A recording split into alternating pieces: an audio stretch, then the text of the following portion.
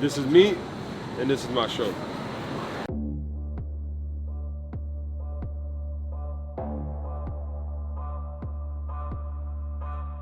What's up, y'all? This is Grubstalgia, episode 2. But before I meet up with Nees, I'm about to meet up with Anabel, dope-ass photographer and a sock enthusiast. Let's go see what she's about. I'm going to hit up a Dominican bakery spot. My man, this is his truck, so shout out to him. Nassau Candy. Nassau Candy. All right, let's go. Let's get this money. Thank you. Yeah, thank you, my brother.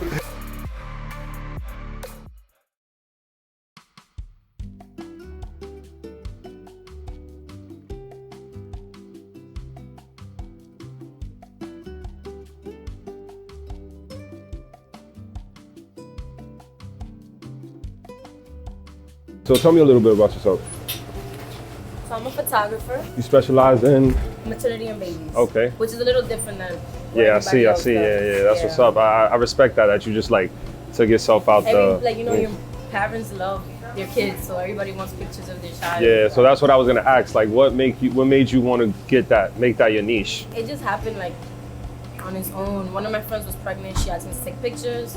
I took them, I posted it on Instagram, and then a whole bunch of other moms hit me up like, hey, can you do my maternity shoots? Can you take pictures of my kids? And then from there on, here I am, like 5 years later. Cause you really get really creative with it, and I respect what you do with it. You tú te pasa, like you see it, you add like a lot of like thought to the creativity, you give it concept, like I really respect that you do that, especially for kids, and I know you know that a newborn baby means a lot to like people and stuff. Course, yeah. So like just elaborate what inspires you to like come up with these concepts for these like babies and things like that. Well, I have 3 nieces, 2 nephews, 3 nephews now. I'm always around kids. I'm always watching cartoons with them, so that kind of like brings my inspiration, like things like that. Just like, you know, I know what's like kids like, and then I just like I like to make it fun for them. So that's kind of about it. And the point, you look like you have a lot of fun with it too. I do, so. I love it. I don't do it for the money. I honestly do it because it makes me really happy. Especially when I see a mom that like loves the pictures, that makes me so happy. That's what's up. And so I know you only do that, but are you open to doing other shoots with like other people, other types of like? Yeah, that's like in fashion and rap. I want to like elaborate and tell everybody like I'm not just a baby photographer. I could do more than that. And you have your own business, right? Like talk a little bit about your socks and like. So besides my photography business, I also just started a sock. And you getting money out here, girl. You got 2 businesses, okay? Yeah, so I just started my sock business. I sell socks. They're called Good Socks. Yeah, like I always liked socks, and then I saw that it was like getting really popular. Like everybody was investing a lot of money in Gucci socks and Balenciaga socks. And now everybody has the money to buy those type of socks. So I try to like, you know, make it cool and affordable for everybody. Bedman socks. What I like about you is like you see markets that are trendy and that like need like and that's never gonna die. Exactly. You always need socks. You need socks. Socks. You definitely like attack something that everybody's not going after. Exactly. And then that's pretty dope. That's pretty dope. So like, you know, you'll have longevity in like what you do. So I respect that.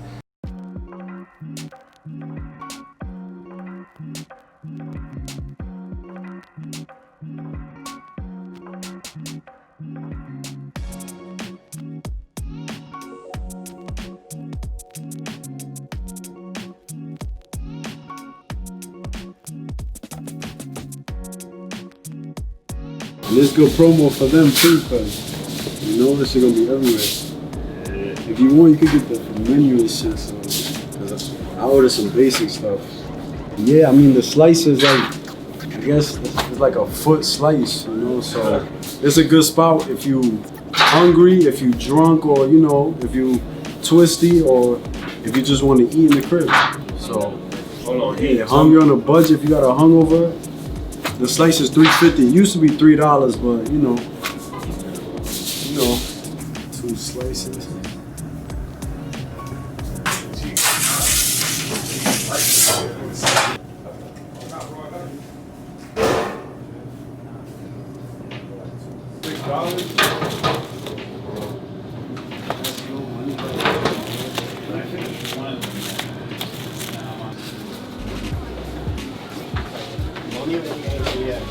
$6. All right, what's good, yo? Thank you for bringing us to this spot, man. This shit look crazy. What really fucking blew my mind is how they fucking made a sandwich out of garlic knots. Do you see this? They sliced it and put some cheese in there. I can't wait to try this, man. Thank you. I appreciate you for putting me on to that. Yeah, man. Really good, really good. Anabel and I got a couple of questions for you, man. Okay, so I kind of wanted to know a little bit more about your brand. It's called Very Clean. How did you come up with that name? Me and my cousin used to use the word clean to describe something that was like fly. Yeah, like, yo, those boots is clean. Like, yo, that jacket is clean. And then, I don't know, it just came to a point where I was like, I need to start making stuff that let other people call fly shit clean. And then that's how the brand started. I want to grab a slice too. Yeah. All right. That's what's up, bro. So what made you want to come up with your brand? It's a good question. I never liked looking like anybody else. And when you was in middle school and high school, everybody had the same clothing. So it got to a point when I was in high school, I was like, all right, I need to start doing something different. So I started like sewing my hats and putting patches on my book bag. And then when I got to college, it just transitioned into making clothing to sell. And that's how I got here, I guess. Keep it short, yeah. How many years? It's my 5th year doing it. I started October 10th, 2015. That's dope. That's what's up. Damn, this pizza good. Did you know pizza is like mad old? Like it was created like in 997 SE. Nah, what? And guess where it was created? It gotta be Italy, nah? Nah, it wasn't even Italy. It's funny. It was like China. You like to be separated from everyone. What separates you from everybody? I guess what separates my brand is just trying to be different, like trying to be innovative while being different. Just trying to stand out, because when you're different, you stand out and you get noticed more.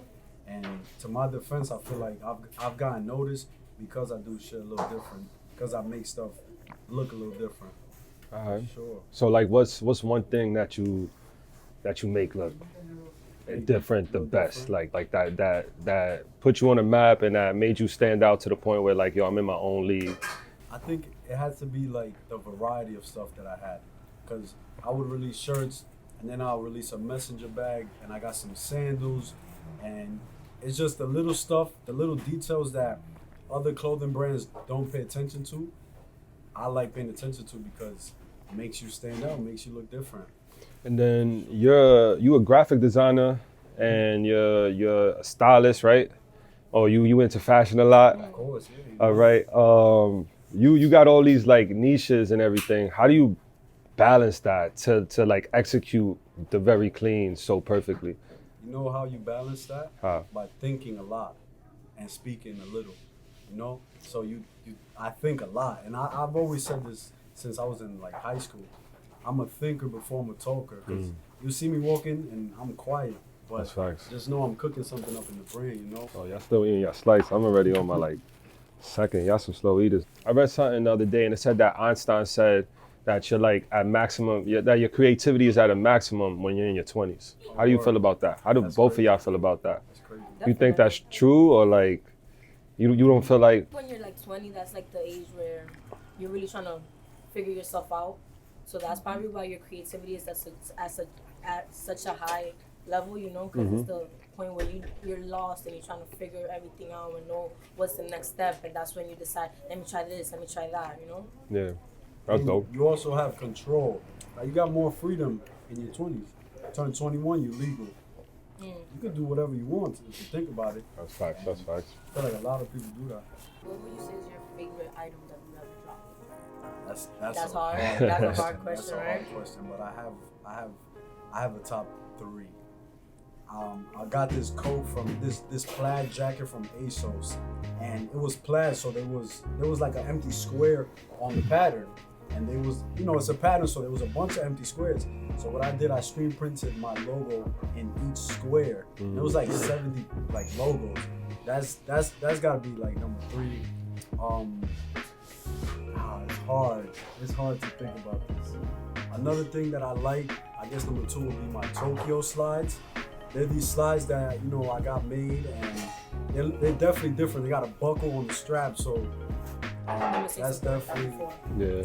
I guess it's hard to put top one, but I don't know. It's too many. I'm trying to be cocky, but Yeah, I just love a lot. But I love the high altitude design. That's like, I love that design, and I'm bringing it back. That's what's up. You mentioned that you're like a really, really picky eater. What about like street food and stuff creeps you out? Creeps me out? Yeah, like what makes you so picky? Hold on, let's enjoy this first before the. Yo, we gotta bust this down because at cheese, it's gonna get hard. So I'm gonna get this one. This one looks crazy. And it's tomato sauce in that. Hold on. You don't like tomato sauce? Wrong. I just don't like when the shit cold, but it's still good though. What's the weirdest thing you guys ever ate? I don't eat weird things. I'm gonna keep it real. I don't eat weird things. But when I went to DR, my uncle threw a whole fish in the frying thing, and that Fire. with the tortones on the side, that was amazing. That changed my life. That's That my was the shit. first time I ever had fish. I had lobster brain. Lobster what? Brain. Like legit, like the cranium of a lobster. Yeah, it was alright. It was like in a stew. It was in London. It was like in a stew shit. Like they got no restrictions for like food. They could give people, so they could cook whatever. Like what creeps you out? So what creeps me out about street food? I don't really be creeped out because I don't pay too much mind to it. But like whenever I see anything with red meat, with beef, I'm just off. Like I've never eaten red meat and I don't plan on it. So Never in my life. And yeah, I guess you know what creeps me out? Seeing steak that's like raw. What is it, raw? Yeah, rare. They say, I don't know how this makes sense, but they say like that when the meat is cooked, like when red meat is cooked, it like takes longer to digest. So once it's like at its rare form, like at its perfect form, it's like easier for you to digest, if that makes sense. Because like you would think it'll be the opposite, but it's just like the meat gets so rough when it's like overcooked. You feel me? And it's chewy. Virgil, right? He dubbed Pyrex. It was so successful. He drifted away. It was at like when it was at its peak. Jay-Z dropped the Black album and then retired after that, and that was one of his like best albums. But they had like big ass projects in mind. Projects so big that they couldn't even that they said, okay, like this is dope, but I'm gonna put this away. You mentioned a couple of weeks ago that you're not doing it very clean no more. Is it because you have a project similar, as big as what they having right now, or is it just because you just don't want to do it no more? Yeah, like when I remember when Jay-Z announced the Black album and that he was retiring. And in a sense, like I couldn't believe it because you're at the top of your game. Why are you gonna leave? But I thought about it when I got older, and it's a marketing tactic. And I guarantee those album sales went up as soon as he announced that he was retiring. That's what I want to do now. All right. So I told everybody on my social media that I'm quitting the brand, that it's dubbed, I'm deleting the website, and I'm not doing it no more. And a lot of people hit me up like, yo, bro, da-da-da. And I'm like, yo, I appreciate y'all, but no. In the back of my mind, I'm releasing this beautiful line around the spring, around March. Maybe around the time that this comes out, and you'll see exactly what I'm talking about. All right. That's what's up. That's what's up. So you're putting all your focus on this, man. Yo, praying for a lot of good energy to go into that, and to come out successful in like an Off-White to Pyrex, you feel me? Or a Rock Nation to just being the president of Def Jam.